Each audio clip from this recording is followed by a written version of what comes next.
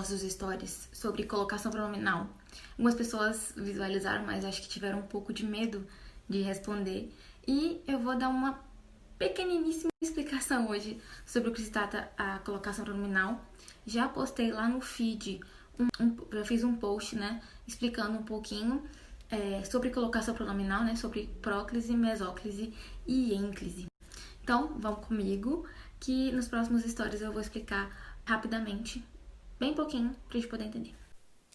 Então, a primeira dica que a gente tem que entender, que aprender para que a gente consiga entender de vez a colocação pronominal e onde ela se encontra, é justamente identificar onde está o verbo, tá? A partir do momento em que eu encontro o verbo, eu vou assim poder identificar se eu tenho uma próclise, uma mesóclise ou uma ênclise, tá? Antes de a gente saber aprofundadamente quais são os pronomes oblíquos átonos que fazem parte da colocação pronominal, a gente vai esclarecer um pouquinho sobre do que se trata justamente a próclise, a mesóclise e a ênclise. Então, segue o fio. Na próclise, o pronome oblíquo átono, ele vai vir anterior ao verbo. Na mesóclise, ele virá no meio do verbo.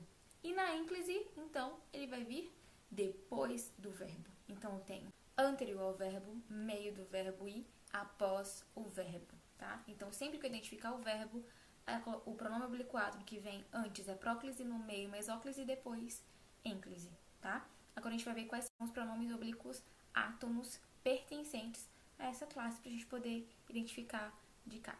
Então, os pronomes oblíquos átonos que nós temos vão ser me, te, se, nos, vos, o, a, os, as, lhe, lhes, lo, lá, los, las, no, na, nos, nas, tá?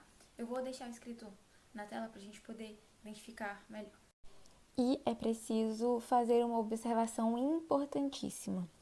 Esse pronome oblíquo átono, ele não pode vir no início da oração, tá? Então, ele vai sempre vir dentro da oração, perto do verbo, tá? Seja antes, no meio ou depois, mas nunca iniciando uma oração, perfeito?